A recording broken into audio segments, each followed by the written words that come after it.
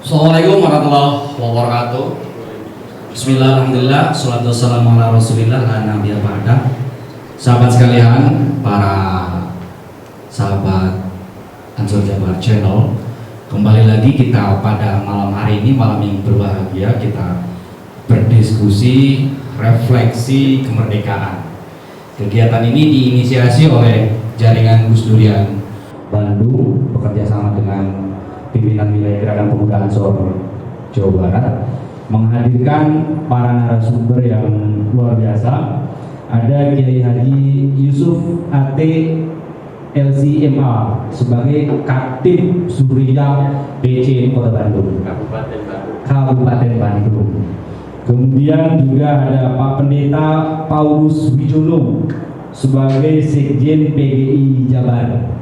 Nah, kemudian juga ada Bapak Fam Kyun Fat atau akrabnya dipanggil Ko Akyun. Nah, ini keren luar biasa. Ada Fam Kyun Fat, ada juga Cho Yun Fat. Dan yang keren, yang muda, yang luar biasa, ada sahabat Gani sebagai koordinator Jaringan Gus Durian Bandung. Oke, baik.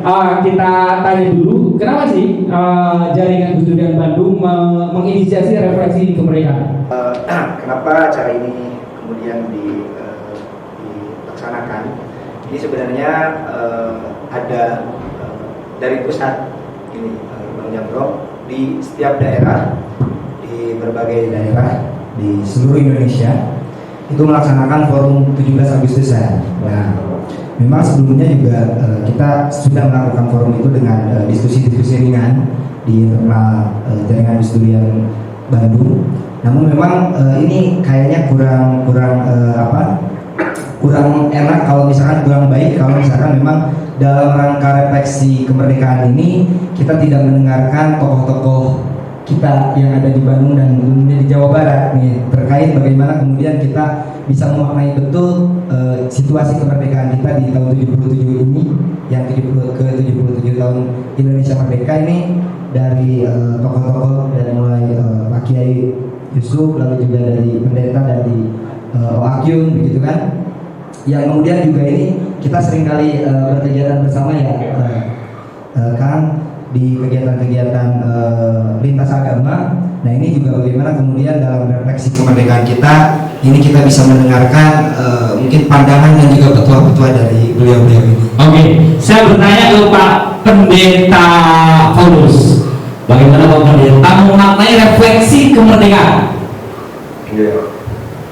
Jadi terima kasih ya, saya senang bisa ketemu di rumah kedua saya nih. Rumah kedua apa istri kedua? Ya, jadi saya kira saya merasa at home ya di NU, sahabat-sahabat saya.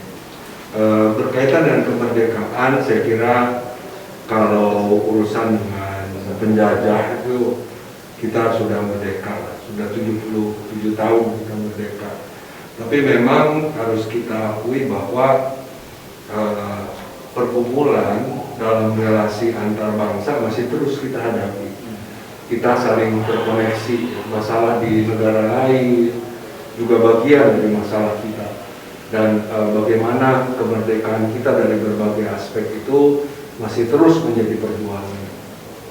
Dari sisi lain, dalam kehidupan bermasyarakat, saya kira kita masih punya banyak sekali PR dalam mengisi kemerdekaan ini.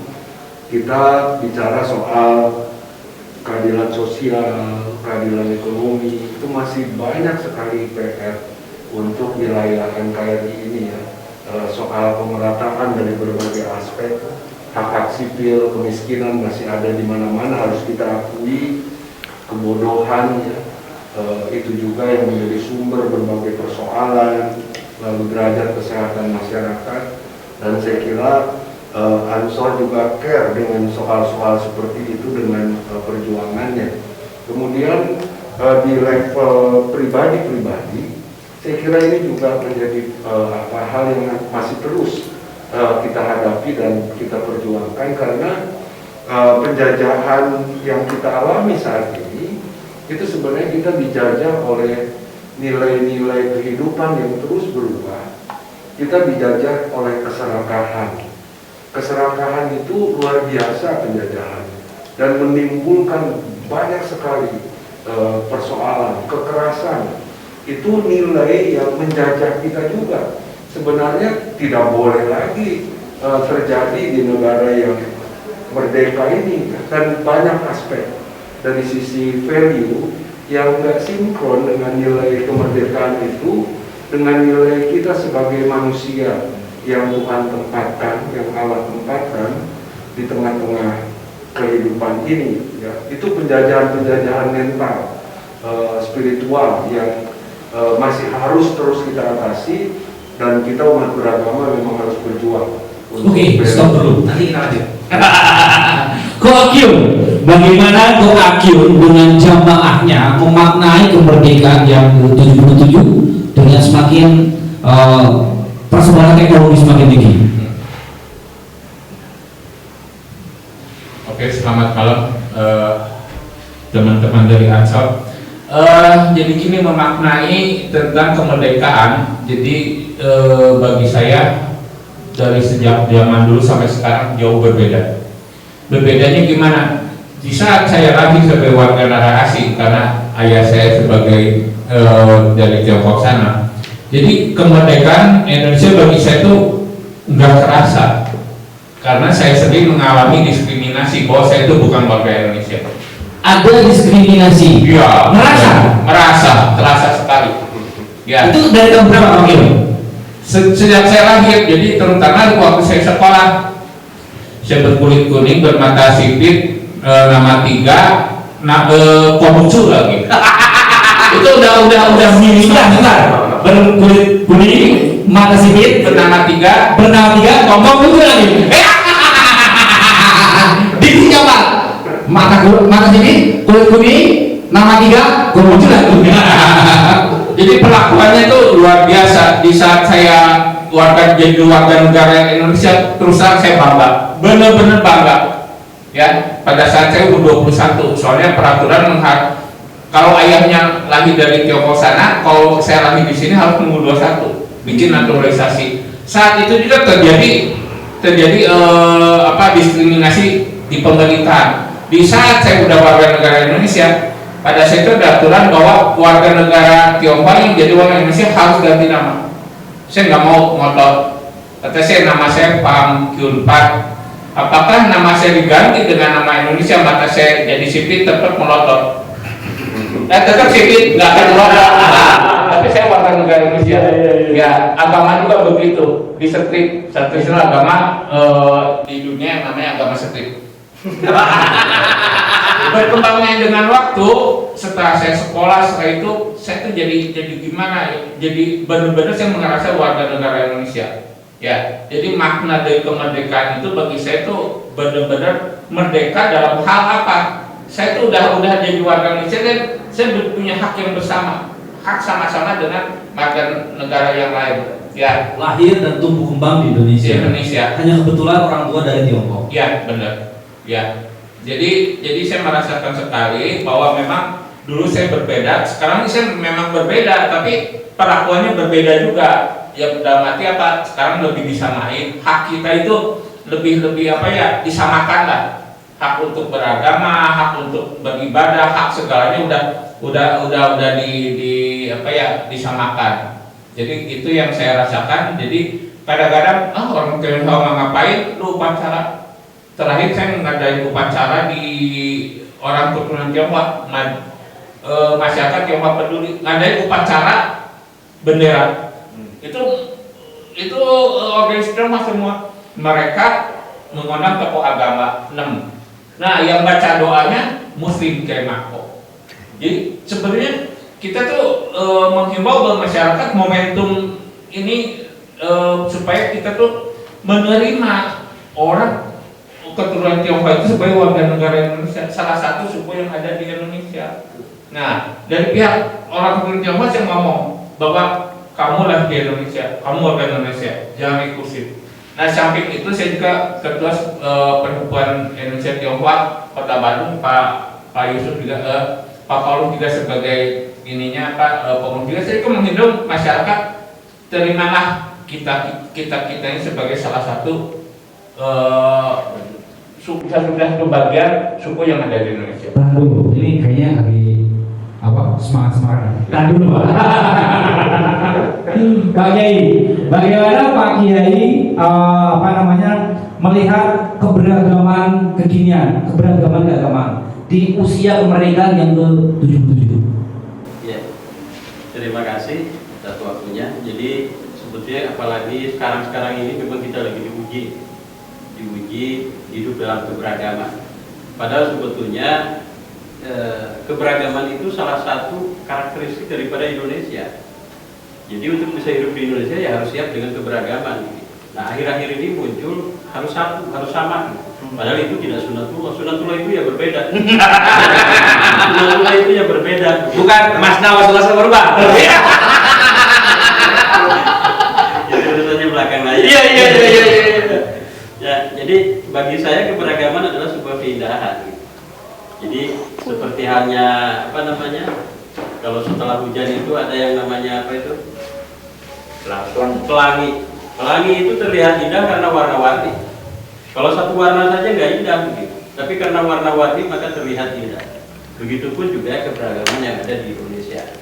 Kebetulan saya punya kesempatan untuk belajar di Arab ya, di Mesir selama 6 tahun, kemudian saya ke Sudan juga, pernah jalan-jalan ke Yaman, pernah juga di Saudi. Saya merenung mereka itu satu bahasa, satu bangsa, satu agama bahkan, tapi sulit untuk bisa hidup dalam satu bingkai negara. Bahkan mereka terpecah-pecah menjadi negara-negara yang kecil. Indonesia yang luasnya luar biasa, penduduknya banyak, beragam penduduknya, tapi bisa hidup dalam satu bingkai negara ini luar biasa. Jadi saya kira untuk bisa utuh Indonesia ini ya harus bisa memberikan pemahaman kepada warganya bahwa keberagaman itu ada dan harus bisa menerima keberagaman itu. Kebetulan saya juga aktif di FKUB di Kabupaten Bandung, salah satu wakil ketua. Itu yang saya sampaikan ke teman-teman agar bisa menerima keberagaman. Oke, baik. Kita lanjut. Sahabat Gani, sampai hari ini Gus Durian concern di urusan keberagaman. Ada apa dari sisi keberagaman yang disoroti oleh Gus Durian? Oke. Gus Durian sendiri tetap fokus dalam isu-isu keberagaman karena kita tetap dengan semangat 9 nilai Gus Dur yang kemudian ini diajarkan dan kemudian ini yang menjadi tauladan daripada gerakan Gus Durian. Di mana di sana ada ketauhidan, ada keadilan, ada kesetaraan. Nah, di dalam keberagaman tadi seringkali yang kemudian kita soroti adalah tadi tidak banyak juga masyarakat yang bisa menerima keberagaman itu. Padahal tadi menurut Pak Kiai juga bahwa keberagaman ataupun berbeda-beda itu adalah sunatullah. Nah, kita ingin kemudian memberikan pelajaran bahwa kemudian nilai keberagaman itu berbeda itu biasa, begitu. Berbeda itu biasa dan kemudian masyarakat harus terbiasa untuk kemudian bekerja sama, bergotong royong meskipun berbeda-beda, tetapi dalam satu nilai yang sama. Dari mulai tadi, bagaimana kemudian nanti ke depan dengan keberagaman yang ada kita bisa membangun ekonomi masyarakat. Dengan keberagaman yang ada, kemudian kita bisa membangun masyarakat yang adil dan sejahtera.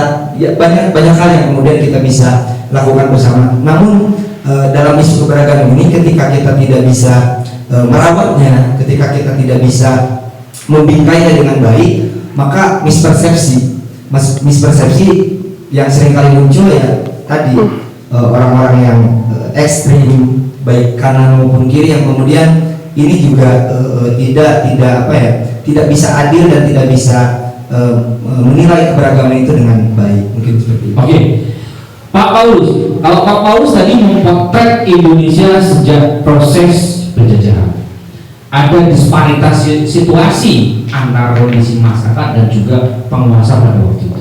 Nah, saya ingin bertanya kepada Pak Paulus, kira-kira hari ini ada tidak kebijakan pemerintah yang belum populis untuk peningkatan kesejahteraan masyarakat? Ya, jadi saya kira dalam membangun bangsa ini peranan semua pihak sangat penting dan pasti pemerintah kita itu dengan semua regulasi yang ada, ya, sifat implementasinya di tengah masyarakat, saya kira di sana ada jarak. Banyak kebijakan yang baik, tapi implementasinya bisa menjadi sangat personal oleh tokoh-tokoh tertentu, sehingga apa yang dialami masyarakat itu masih tidak sesuai dengan apa yang seharusnya. Karena itu saya kira semua pihak, pemerintah, ya, semua eksekutif, yudikatif, legislatif, para penegak hukum yang ada, masyarakat sipil, tokoh-tokoh masyarakat, itu memang seharusnya punya hati yang sama. Saya kira kita sepakat, negara itu didirikan atas dasar kesepakatan, dan kita sejak awal sepakat di tengah kebinekaan yang ada, kita punya satu tujuan menjadi satu bangsa yang merdeka. Tapi kok kenapa sekarang fondasi itu kok malah jadi bahan gitu ya? Bisa dibayangkan kalau semua bawa maunya sendiri, jadi nanti ada negara Bandung gitu, Mas. Jawabannya itu bisa berapa? Iya. Jadi negara-negara kota nanti, Pak. Iya. Itu luar biasa kacaunya. Ini kan keragaman kita itu ribuan, dari sisi bahasa, etnis, budaya, bermacam sekali variannya. Kalau kita tidak cukup cerdas, karena itu saya bilang negara ini dibangun oleh orang-orang yang cerdas pada masa itu. Nah, masa sekarang kita mundur gitu, tidak cukup cerdas untuk menyikapi semuanya itu. Ya, jadi kembali lagi peran yang tadi, ya, saya kira itu sangat dibutuhkan. Kita pinter bikin teori, Pak, bikin konsep pinter begitu ya. Tapi implementasinya, nah di situ masalah. Ada banyak orang yang tidak selesai dengan dirinya sendiri, sehingga kepentingannya yang maju lupa ada kepentingan yang lebih luas yang harus kita jaga bersama begitu. Itu saya bilang orang yang setengah manusia itu tadi belum jadi orang yang ya, jadi dia belum selesai dengan dirinya. Nah itu yang menimbulkan masalah saya kira. Ya, mungkin begitu. Oke. Kok Akil? Nah, tadi curhatnya luar biasa kan, semangat berapi-api karena merasa 21 itu didiskriminasi kan gitu. Baru di usia ke-21 punya KTP. Kira-kira sejak usia 21 tahun sampai sekarang ada tidak perubahan perlakuan dari pemerintah terhadap Ko Akil sendiri? Ya, perubahan perlakuan yang signifikan itu pada saat Gus Dur mengeluarkan Inpres nomor 6 tahun 2000, yaitu Kepres yang mencabut Inpres yang zaman Soeharto mengeluarkan Inpres nomor 14 tahun 67. Itu tuh membelenggu bahwa tradisi Tionghoa itu nggak boleh beredar, nggak boleh keluar. Nah, agama Konghucu juga nggak boleh keluar, di dalam boleh. Tapi pada saat itu seperti PP nomor 5 tahun 49, agama itu udah 6 di Indonesia. Ya, nah Gus Dur waktu ngeluarin Kepres tahun 2000 itu bukan meresmikan Konghucu sebagai agama, bukan, memulihkan hak sipil umat Konghucu. Ya, memulihkan hak sipil umat Konghucu, dan berjalan dengan waktu pada zaman Megawati mengeluarkan surat keputusan bahwa Imlek itu sebagai agama hari keagamaan, yaitu hari keagamaan Konghucu. Nah, sampai saat ini juga masihlah banyak perlakuan yang pada awal masih banyak perlakuan yang masih yang saya rasakan yang masih diskriminatif. Tapi tetap dimanapun orang bilang apa, saya tetap kata saya warga negara Indonesia. Tapi yang menarik tadi, masih ada warga negara keturunan Tionghoa yang tidak mau pegang bendera. Alasannya apa ini? Ya seperti inilah, dari 10 orang pasti ada satu yang nggak benernya gitu. Soalnya gini, kalau di angkatan saya di atas, mereka traumanya melebihi saya. Sampai-sampai ini ya kata-kata Cina. Ya, kata-kata Cina bagi saya ya is okay, asal cara ngomongnya gitu. Oh, Bapak itu dari Cina, enak kan? Coba gak sebut Cina lu. Nah, kayak Batak lu Sunda lu kan nggak enak. Ya, saya cuma begitu. Cuman yang angkatan di atas saya itu kan mereka benar trauma karena pada saat itu sengaja waktu itu pemerintahan mencanangkan bahwa penyebutan untuk orang Tionghoa disebutnya sekalian di Cina-Cinain. Di label. Iya, di labelin gitu. Jadi angkatan saya juga nggak terlalu heboh begitu lah untuk perkataan Cina, tapi saya juga mesti lebih bijaksana ya. Sekarang masa nyebut Cina jadi kagok kan, itu China itu logat Amerika, logat Indonesia kan Cina, cuma cara menyebutnya yang benar. Oke, artinya bahwa ini adalah efek gitu ya. Ada tidak mau pacaran karena efek sejarah. Iya. Kira-kira begitu ya. Iya. Jadi pernah banyak sekali di sebelumnya apalagi saya nama Pak Gilman sebut saya Pak Gilman Akyun, sebenarnya itu filosofi Sunda Aki-Aki untuk ya. Jadi saya setelah kebetulan saya juga nggak ada mimpi, nggak ada apa bisa jadi tokoh agama Konghucu gitu ya. Ya, Saya mimpinya dulu jadi pembalap ya. Iya. Yang bulu tangkis. Oh ya, Nah setelah saya jadi aktif di Konghucu, setelah kita diterima gitu, memang kita di kalangan tokoh-tokoh nggak ada apa-apa lah, tapi nggak tahu di kalangan bawah kadang-kadang ketawa kita musim di bawah yang anak buah kita ya, kadang-kadang begitu lah. Tapi itu juga bahwa kita tuh mesti mesti edukasi sampai ke akar rumput. Oke, Pak Kiai, hari ini banyak sekali orang yang menggunakan identitas agama untuk melakukan provokasi, kan begitu. Kira-kira menurut Pak Kiai, peran masyarakat dan peran negara menyikapi situasi seperti ini harus seperti apa? Ya, artinya yang jelas itu adalah sesuatu yang salah ya, sesuatu yang salah. Menghalalkan segala cara untuk mencapai tujuannya. Begitu. Dengan seperti itu kan masyarakat jadi terpolarisasi. Jadi yang harus dilakukan adalah pemerintah memberikan ruang dan pendewasaan kepada masyarakat dan memberikan informasi seluas-luasnya dan semudah-mudahnya, sehingga masyarakat bisa mengakses dan memfilter ya, informasi yang masuk ke mereka. Karena kalau masyarakatnya dewasa, memiliki literasi yang bagus, dan pemerintah juga memberikan ruang seluas-luasnya untuk masyarakat bisa memiliki literasi yang bagus, saya kira hal-hal semacam itu akan dengan mudah ditangkap oleh masyarakat. Gitu.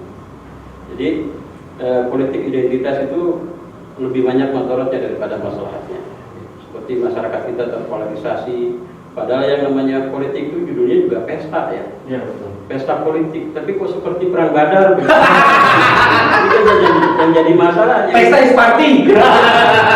Karena yang namanya pesta itu dengan bahagia, ya, dengan wajah senyum, dengan wajah ramah. Ini kok pesta, tapi kok ngotot-ngototan gitu. Bahkan tidak sedikit yang kemudian sampai saat ini tidak kenal gitu, tetangga dengan tetangga karena beda pilihan.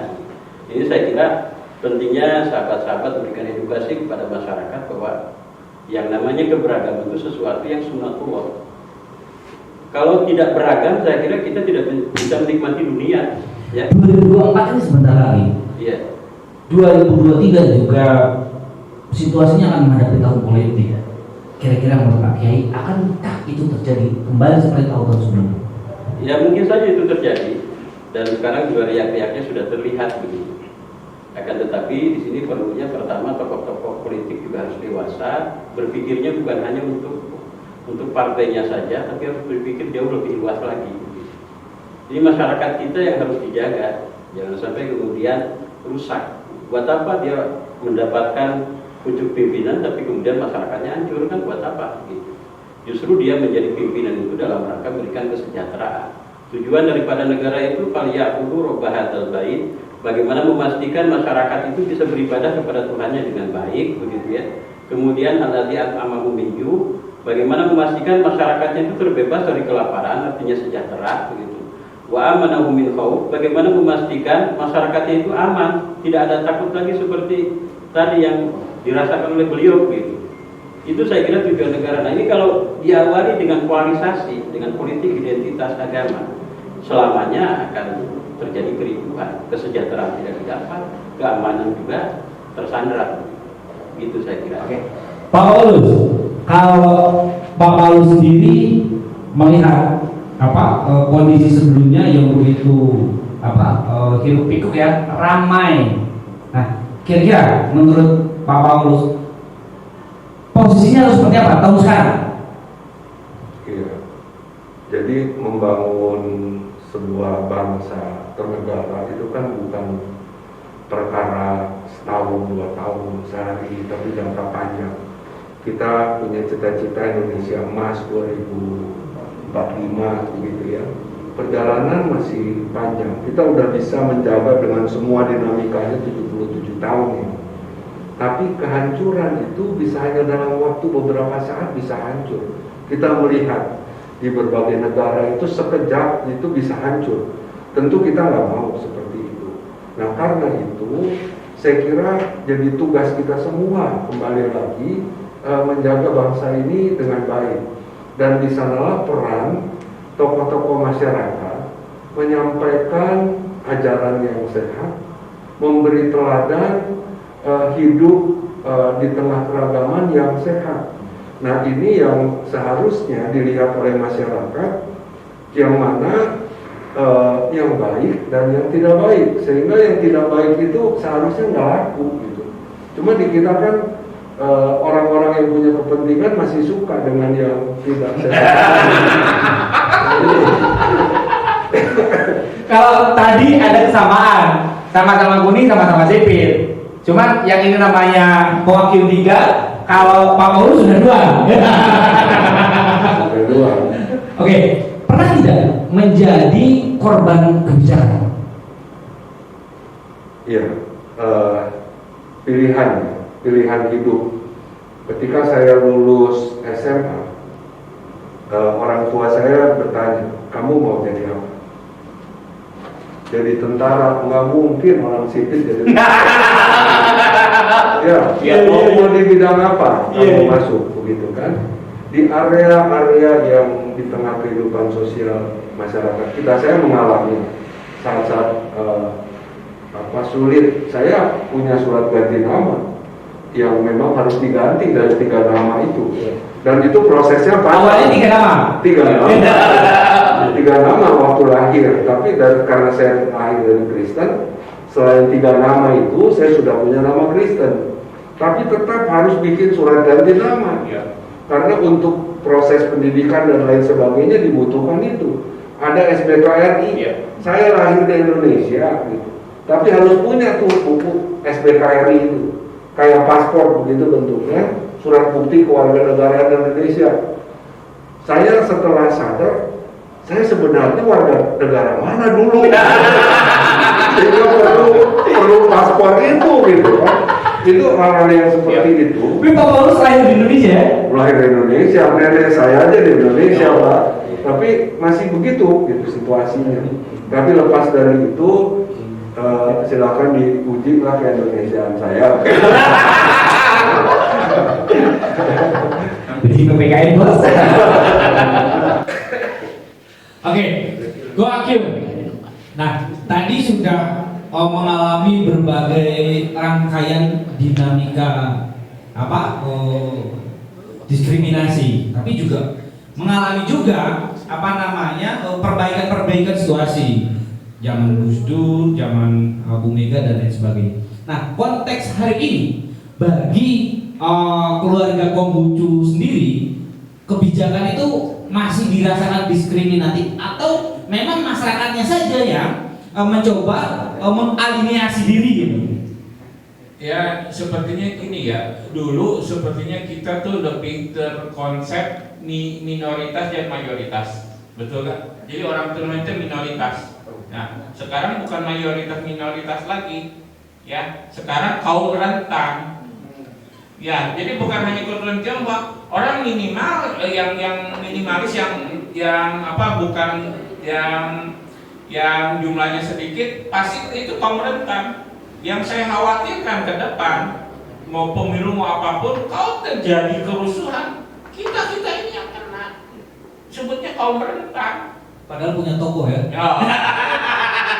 Nah, Komentar tapi memang- masih PC. memang kesannya orang Tionghoa kayak orang Tionghoa yang sengsara juga banyak. Oh gitu. Dilihat Cina Benteng. Terus memang politik ya. Permulaan Belanda membagi 3 tingkat kan, timur Eropa, timur jauh sama pribumi kan. Nah, udah begitu dari sekat-sekat itu ada satu peraturan yang itu bukan itu ya, jadi tanda petik itu menguntungkan orang Tionghoa. Pada saat itu tahun 60-an, orang-orang Tionghoa tidak boleh berusaha di kabupaten, harus di kota. Itu kan menguntungkan bagi orang Tionghoa. Kedua, waktu kata Pak Paulus, waktu saya remaja gitu mau jadi PNS nggak bisa, TNI nggak bisa, jadi hansip juga nggak bisa. Nah, mau nggak mau usaha. Ya, jadi untuk ke depan, mungkin untuk ini momentum ini yang saya lihat itu ada 3 hal yang perlu kita tekankan. Jadi masyarakat kita harus disiplin. Ya, disiplin apa? Hal kecil aja ya. Ketika ada anak kecil baru umur 9-10 tahun udah diajak motor, ya itu kan si anak tuh udah dididik untuk melanggar hukum. Dikala masuk ada stopan merah ditobos, wah merah pak, bodoh petugas. Itu kedisiplinan masyarakat. Ya kita perlu tingkatkan bahwa masyarakat mesti disiplin. Yang kedua, tokoh agama, tokoh masyarakat harus sebagai teladan. Itu benar-benar harus sebagai teladan, jangan sampai tokoh masyarakat yang bikin masyarakat itu jadi bingung ya, terpecah-pecah ya. Nah, hukumnya harus tegas. Ya, apapun sekecil apapun dihukum gitu. Ya sekarang aduh banyak saya tuh ngeri tuh lihat anak kecil di klakson marah lebih kebun. Jadi udah besar mau apa? Sampai kalian. Iya. Udah biasa ngelanggar hukum, akhirnya kan udah biasa ngelanggar. Oke, artinya penanaman nilai-nilai kedisiplinan sejak dini. Iya. Gitu. Sahabat Gani, melihat Indonesia ini beragam, kan gitu. Tapi di tengah keberagaman ini ada potensi konflik. Kemudian ada kelompok rentan yang selalu dijadikan objek, kan gitu. Kemudian juga ada situasi regulasi dan semangat lain yang juga perlu dikembangkan. Kira-kira melihat situasi seperti ini ke depan, Gus Durian mau ngapain? Sebelumnya ya tadi juga disinggung soal bagaimana kemudian politisasi politik identitas gitu ya. Prinsipnya adalah bahwa kemudian kita sepakat bahwa yang lebih penting dari politik adalah kemanusiaan. Semangat Gus Durian adalah semangat kemanusiaan, persaudaraan. Bagaimana kemudian di situasi-situasi yang apalagi menuju tahun-tahun politik ini banyak orang yang memanfaatkan. Nah, ini pentingnya kita dari Gus Durian untuk kemudian tetap konsisten menjaga, merawat keutuhan persaudaraan antar umat beragama. Di sisi lain juga tadi disebutkan kaum rentan, bagaimana kemudian tidak hanya agama tapi suku, lalu juga budaya yang berbeda, ada tradisi yang berbeda. Nah ini penting bagaimana kemudian kita bisa memberikan terus jadi memberikan pembelajaran kepada masyarakat. Karena jangan tokoh-tokohnya saja yang pintar, tapi masyarakat pun harus pintar, harus cerdas, harus kemudian juga terlibat dalam ruang-ruang demokrasi, ruang-ruang kebangsaan ini begitu. Makanya disitulah Gus Durian tetap berada di masyarakat untuk kemudian melakukan pelatihan, melakukan diskursus yang lebih luas lagi kepada masyarakat, baik itu kalangan dari mulai kelompok perempuan, dari mulai remaja, mahasiswa, pemuda desa dan sebagainya. Saya kira ini juga acara 17-an ini kemudian juga memang ini diinisiasi langsung oleh Mbak Alisa sebagai koordinator pusat Gus Durian gitu. Nah ini juga penting bagaimana kemudian di tahun 2022 ini menuju tahun politik di 2023 juga ke depan Gus Durian itu akan melakukan temunas. Akan melakukan temunas di Surabaya. Saya kira nanti juga akan ada formulasi-formulasi yang kemudian ini ke depan akan dilakukan oleh Gus Durian. Begitu. Terima kasih. Baik, waktu juga yang memisahkan kita, walaupun diskusinya semakin hangat. Nah, baik, mohon closing statement Pak Paulus untuk menjaga keragaman, berbangsa dan bernegara. Ya, kita hidup di dunia nyata. Karena itu jangan berilusi untuk sesuatu yang tidak jelas. Tapi kita punya tanggung jawab di tengah kemerdekaan ini, memaknai keragaman yang ada sebagai sesuatu yang Tuhan anugerahkan buat kita, agar kita bisa bekerja sama, agar kita bisa membangun bangsa yang luar biasa. Karena sejak awal negara kita dibangun oleh orang-orang yang sangat cerdas, luar biasa. Di tengah keragaman tadi diberi contoh, tidak mudah, tapi kita berhasil melakukan itu. Nah, karena itu jadilah masyarakat yang cerdas, masyarakat yang inklusif, masyarakat yang memperhatikan semuanya itu. Kita akan menghadapi bonus demografi, dan itu peranan para pemuda menurut saya sangat luar biasa. Dan para pemuda kita harus jadi generasi-generasi yang memang inklusif, yang toleran. Karena hanya dengan itu bangsa kita bisa dibangun. Saya kira itu. Oke, baik. Pak Kim, closing statement untuk menjaga keragaman bangsa Indonesia. Jadi memang kebetulan saya juga aktif di sebagai ketua Perhimpunan Indonesia Tionghoa di Kota Bandung.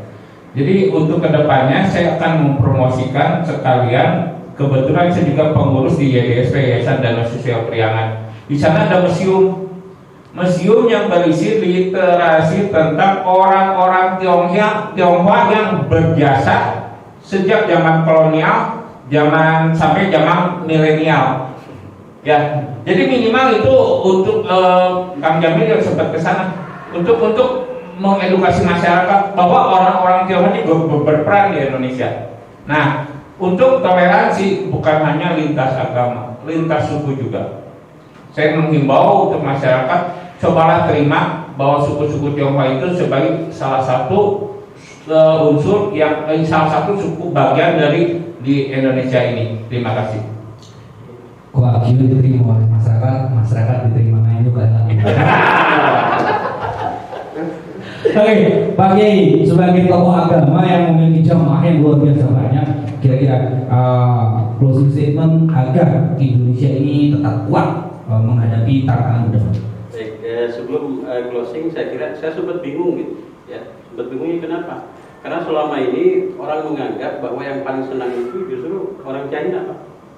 Yang paling kaya, paling senang gitu. Justru sebetulnya kita sendiri belum mendapatkan tempat yang layak, Pak. Kaum sarungan itu, iya, belum mendapatkan tempat yang layak. Gitu. Dari anggaran negara saja kita nggak ada. Ya. Bongkar ya. Artinya refleksi kemerdekaan itu harus bisa membuka sebenarnya fakta yang ada, bahwa setiap warga bisa mendapatkan tempat yang layak, begitu ya. Seperti madrasah, sekolah itu kan perlakuannya beda sekali, begitu ya. Kalau madrasah yang notabene agama itu keuangannya susah banget. Tapi kalau sekolah itu kan luar biasa anggarannya. Jadi saya kira kegiatan seperti ini, makanya saya sangat mengapresiasi ya. Di awal disampaikan kalau kegiatan-kegiatan memperingati kemerdekaan, makan kerupuk dan sebagainya itu juga bagus, saya kira sebagai wujud menunjukkan kebahagiaan begitu. Tapi harusnya kegiatan-kegiatan kemerdekaan itu diisi dengan kegiatan yang lebih produktif begitu ya. Seperti ini saya kira ini luar biasa begitu ya. Bisa membuka wacana, menambah ilmu begitu ya, dan membuka juga informasi-informasi sehingga kemudian masyarakat bisa tercerahkan dengan informasi tersebut. Jadi saya sangat mengapresiasi kegiatan ini, dan berikutnya mudah-mudahan kita semua mampu hidup dalam keberagaman dan bisa saling menjaga. Toleransi itu saya kira satu-satunya hal yang harus dimiliki oleh kita bersama. Kalau tanpa toleransi susah untuk bisa hidup. Nggak tahu Indonesia sampai kapan bisa bertahan seperti ini. Tapi kalau kita mampu menjaga toleransi, dan setiap kita, saya kira dari ini Pak Paulus Pendeta, kemudian dari Konghucu, dari kita juga Muslim, mampu menjaga toleransi, saya kira Indonesia akan tetap ada dan bahkan menjadi contoh dunia. Islam Nusantara itu adalah sebuah sebuah identitas yang kita munculkan bahwa Islam itu optimis ada gitu di Indonesia. Islam di Indonesia mayoritas, akan tetapi mampu bisa menjaga yang minoritas dan hidup bersama. Begitu. Tidak seperti yang diusung atau diimajinasikan oleh orang-orang di luar sana. Saya kira itu. Jadi mudah-mudahan kegiatan ini bisa terus continue. Saya apresiasi untuk Gus Durian, dan saya juga termasuk orang yang sangat sangat fans dengan Gus Dur gitu ya. Saya terakhir ketemu dengan Gus Dur itu beliau setelah saya nikah, bukan kebetulan ya, takdir Allah, istri saya ponakan Kiai Sahab ya, kemudian oleh mertua Gus Ruman almarhum itu dibawa jalan-jalan ke Ciganjur dan ketemu Gus Dur dalam kondisi Gus Dur habis cuci darah.